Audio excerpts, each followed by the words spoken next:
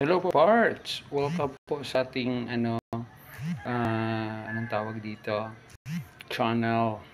Channel Sir Parts Online at sa Sir Parts Parto sa Facebook.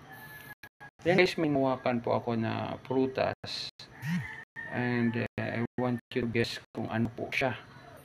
So sino po yung pinakaunang makapag-guess? Ay, magkakaroon ng wala lang. Ayan guys. Ano po natin? Ayan, may paraffle tayo. Magpaparaffle tayo sa Sir Parts Online YouTube channel and magkanang tawag dito. I-share niyo po sa niyo yung YouTube channel natin. At ang video na to, pag-comment lang kayo dyan at magkaroon kayo ng link. So ito po guys, yung yung prutas. Yan. Tereng! Star apple po.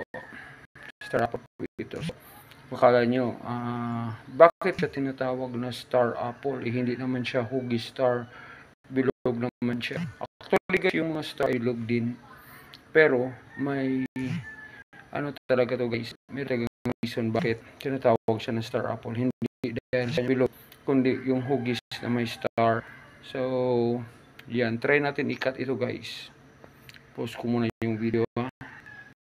Ayan guys. Medyo nasira nga lang yung form. Pero, nakita nyo yung shape na pag ganyan. Ganyan na. So, ano yan guys. Yan yung mukhang star. Star yung form niya. Yan. Ito yun. Maliit. So, medyo na lang natin. Kasi hinog na po yung anong dito. Medyo matanda na yung liso. Yan, so pwede tayo magtanim ng natin to guys, itanim at isimin, yun, siminla. Okay, yan guys, yun, napakasarap ng amoy niya.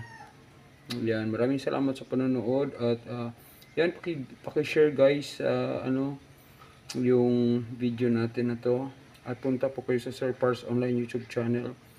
May upload din ako na video, hanapin ninyo at magkakaroon kayo ng raffle entry.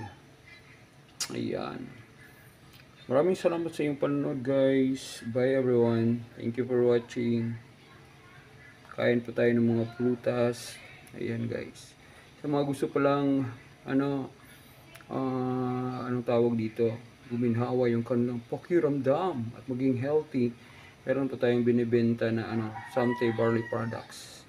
Mag-PM lang po kayo guys. Bye everyone.